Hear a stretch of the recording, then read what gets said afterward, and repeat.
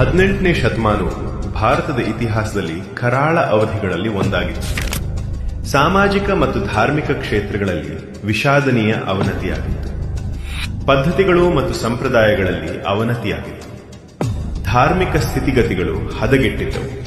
ಆ ಸಮಯದಲ್ಲಿ ಮಾಡದೇ ಇರುವ ಯಾವ ಹಿಂಸೆಯ ಪ್ರಕಾರವೂ ಬಾಕಿ ಉಳಿದಿರಲಿಲ್ಲ. ಮಹಿಳೆಯರು ಅತ್ಯಾಚಾರಿಗಳ ಶಿಕಾರಿಗಳಾದರು. ಕಾಶಿ, ಬನಾರಸ ಒಂದನ್ನು ಹೊರತುಪಡಿಸಿ ಉಳಿದೆಲ್ಲೆಡೆ ವೇದಗಳ ಪಠಣ ಸಂಪೂರ್ಣವಾಗಿ ಸ್ಥಗಿತಗೊಂಡಿತ್ತು. ಯುರೋಪಿನ ಸಂಸ್ಕೃತಿಯನ್ನು ಹಿಂದೂಗಳ ಮೇಲೆ ಹೇರಲಾಗಿತ್ತು. ಧಾರ್ಮಿಕ ಆಚರಣೆಗಳನ್ನು ನಡೆಸಲು ಬಹಳಷ್ಟು ಅಡೆತಡೆಗಳಿದ್ದವು. ಆಡಳಿತವು ತೀವ್ರವಾಗಿ ಕುಸಿಯಿತು. ಸ್ವದೇಶಿ ರಾಜರುಗಳಲ್ಲಿ ಒಗ್ಗಟ್ಟಿರಲಿಲ್ಲ. ಕೊಲೆಗೈಯುವುದು ಅತ್ಯಂತ ಸಾಮಾನ್ಯವಾಗಿತ್ತು ಮತ್ತು ಅಧಿಕಾರಕ್ಕೆ ಬರಲು ಇದೇ ಮಾರ್ಗವಾಗಿತ್ತು.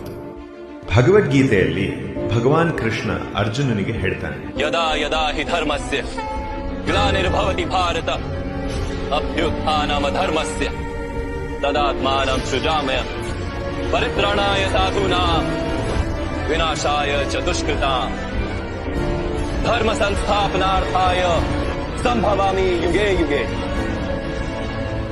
ಶ್ಲೋಕದ ಅರ್ಥ: ಅರ್ಜುನ, ಯಾವಾಗ ಸದಾಚಾರವು ಕ್ಷೀಣಿಸುತ್ತದೆಯೋ ಮತ್ತು ದುರಾಚಾರವು ಏರಿಕೆಯಾಗುತ್ತದೆಯೋ ಆಗ ನಾನು ಪ್ರಕಟಗೊಳ್ಳುತ್ತೇನೆ.